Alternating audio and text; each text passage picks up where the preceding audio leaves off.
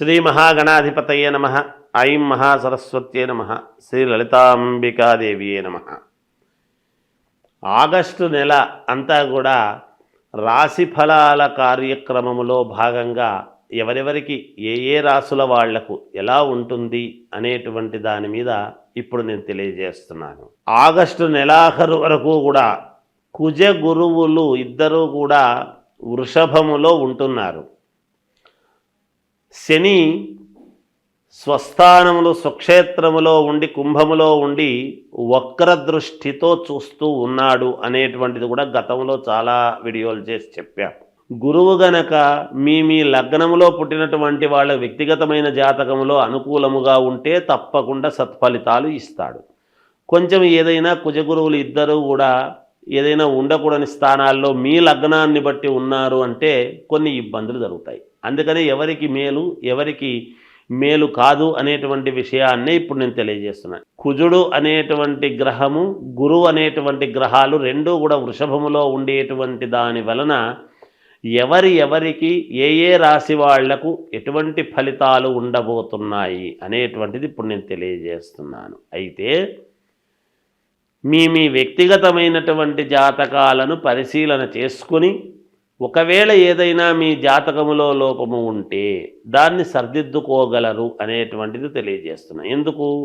మనము స్నానము చేసి గుడికి వెళితే కదా గుళ్ళో ఉండేటువంటి పవిత్రత భగవద్ అనుగ్రహం మనకు కలుగుతుంది.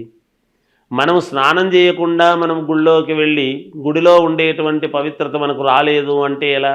అందుకని వ్యక్తిగతమైనటువంటి జాతకాలలో ఉన్న లోపాలను సరిదిద్దుకుంటే తప్పకుండా మీకు మేలు జరుగుతుంది అనేటువంటిది తెలియజేస్తున్నాను. కుంభరాశి వారికి ఈ ఆగస్టు నెల అంతా కూడా ఎలా ఉంది అంటే అద్భుతముగా అనుకూలవంతమైనటువంటి యోగాలు సాధించబోతున్నారు అనేటువంటిది తెలియజేస్తున్నాను. తప్పకుండా మీరు రహస్యముగా ఒకరికి చెప్పకుండా మీ పనులు మీరు చేసుకోవటం అనేటువంటిది చాలా అవసరమైన విషయము. మామూలుగా ఉద్యోగాలు చేసుకునేటువంటి వాళ్లకు అనూహ్యముగా అప్గ్రేడ్ కావడము కానీ లేదా మంచి చోటికి ట్రాన్స్ఫర్ అయ్యి ఎక్కువ జీతము వచ్చేటువంటి అవకాశాలు కానీ లేదా ఇల్లు కొనుక్కోవాలి అనుకునేటువంటి వాళ్ళు ఇల్లు కొనడము కానీ భూమి కొనుక్కోవాలనుకునేటువంటి వాళ్ళు భూములు కొనడము భూముల యొక్క క్రయ విక్రయాలలో మేలు జరిగేటువంటి అవకాశము మీకు కోర్టు వివాదాలలో ఏదైనా ఉండేటువంటివి ఉంటే అవి మీకు అనుకూలముగా తీర్పులు వచ్చేటువంటి అవకాశాలు విదేశాలకు వెళ్ళాలి అనుకునేటువంటి వాళ్లకు వెళ్ళటానికి చాలా అనుకూలముగా ఉన్నది. కొత్తగా ఉద్యోగాలు కావాలనుకునేటువంటి వాళ్ళు ప్రయత్నాలు చేయండి, తప్పకుండా జరుగుతుంది. వాహనాలు కొనుక్కోవాలనుకునేటువంటి వాళ్ళు కొంటారు. ఇంట్లో శుభకార్యాలు తప్పకుండా చేసి తీరుతారుగాక. మీరు శుభకార్యాలలో పాల్గొంటారు కూడా. అయితే మీరు ఊహించనటువంటిది ఒకటి మంచి ఏదో మీకు జరగబోతుంది అనేటువంటిది ఉన్నది. పెద్దల యొక్క సమాజంలో సంఘములో కొంచెము పలుకుబడి కలిగినటువంటి వ్యక్తుల నుండి మీరు సన్మానాలు పొందడము కానీ లేదా ఉద్యోగము చేసుకునేటువంటి పై అధికారులతో ప్రశంసలు పొందడము లాంటివి కానీ ఇలాంటివి కూడా ఉంటాయి గాక. మీకు ఏది ఏమైనా కుంభరాశి వాళ్లకు చాలా అనుకూలవంతముగా ఉన్నది. ఇంకా మెరుగైనటువంటి ఫలితాలు మీరు సాధించాలి అంటే మీరు మీ ఇంటి దేవుణ్ణి ఆరాధించండి లేదా అమ్మవారిని ఆరాధించండి, తప్పకుండా మీకు మేలు జరుగుతుంది.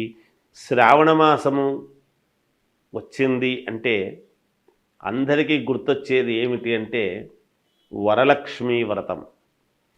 అసలు వరలక్ష్మీ వ్రతం చేసుకుంటే ఏమొస్తుంది, ఎందుకు చేస్తున్నాం మనం అనేటువంటిది ఒక్కసారి మనం ఆలోచన చేసుకోవాలి. వరలక్ష్మీ వ్రతం అని అనంగానే పౌర్ణమికి మామూలుగా ముందుగా వచ్చే శుక్రవారం నాడు వరలక్ష్మీ వ్రతం అంటే రెండవ వారం ఎప్పుడు పడుతుంది సహజంగా. అలా శుక్రవారము నాడు వరలక్ష్మీ వ్రతం అనేటువంటిది మనం వ్రతకథలో చెబుతాం. చారుమతీదేవి ఎందుకు చేసుకుంది ఏమిటి అనేది. అంతేకాకుండా 16 కుడుములు వాయనము ఇవ్వటము ఇవన్నీ కూడా ఉన్నాయి. అసలు వరలక్ష్మీ వ్రతం అని మనం చేసుకోవటంలోనే వరాలు ఇచ్చేటువంటి లక్ష్మీదేవి. లక్ష్మీ ధనమే ఒక వరం. అదే కాకుండా ఇంకా ఏమిస్తుంది అమ్మవారు అంటే సౌభాగ్యం. సౌభాగ్యం అంటే ఏమిటి? ఆడవాళ్ళు చేసుకునేటువంటి వరలక్ష్మి వ్రతములో భర్త, కుటుంబము అంతా కూడా, పిల్లలు అందరూ కూడా క్షేమముగా ఉండటానికి దోహదపడుతుంది. ఏ స్త్రీ అయినా ఏమి కోరుకుంటుంది? తాను బాగుండాలి అనుకునే దానికంటే కూడా తన భర్త, పిల్లలు, అత్తమామలు అందరూ కూడా బాగుండాలి అనేటువంటి దృక్పథముతోనే ఎప్పుడు కూడా ఆడవాళ్ళు ఈ పూజలు కార్యక్రమాలు చేసుకుంటారు. వాటిలో ప్రప్రథమముగా మొట్టమొదట వరలక్ష్మి వ్రతం అనేటువంటిది.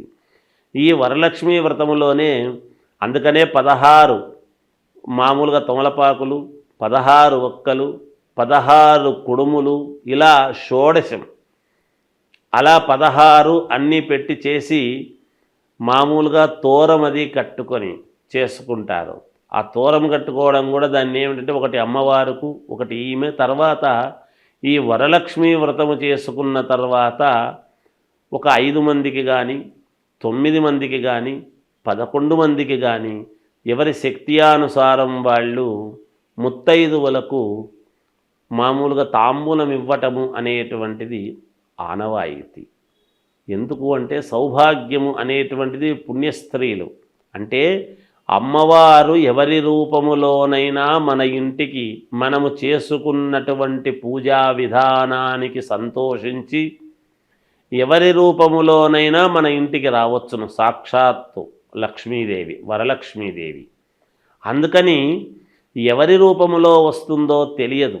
ఆనాడు మనము నిజంగా మన మనస్సులో వీళ్ళని పిలవాలి, వాళ్ళని పిలవాలి అని అనుకుంటాము. కానీ ఆ పిలిచిన వాళ్ళు ఎవరు? కొంతమంది వస్తారు, కానీ పిలవకుండా కూడా కొంతమంది మనకు ఎదురై రండి అంటే వచ్చేవాళ్ళు వస్తారు. అందుకని మీకు ఉన్నంతలో, కలిగినంతలో శ్రద్ధగా చేసుకోండి. ఆ శ్రద్ధగా చేసుకున్నప్పుడు ఖచ్చితముగా అమ్మవారి అనుగ్రహము పొంది మీరు చాలా వరకు సంతోషముగా జీవితము సాగించేదానికి మేలు జరుగుతుంది గాక. ఈ వరలక్ష్మి వ్రతము చేస్తూ ఉన్నప్పుడు మీరు ఒక్కటి పాటించాలి.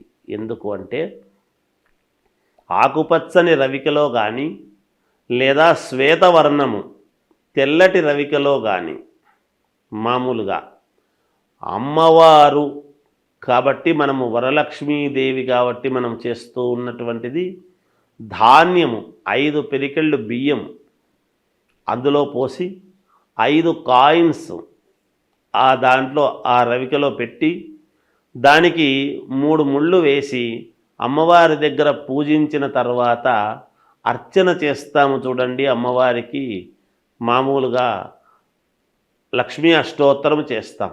ఆ అష్టోత్తరము చేస్తూ ఉన్నప్పుడు ఆ రవిక గుడ్డ మీద గనక మీరు అష్టోత్తరము చేసినారు అంటే చేసిన తర్వాత దాని మీద ఉండేటువంటి కుంకుమ ఒక చోట ఒక పేపర్లో తీసుకుని దాన్ని తీసుకువెళ్ళి అట్లాగే మీరు బీరువాలో పెట్టుకోండి.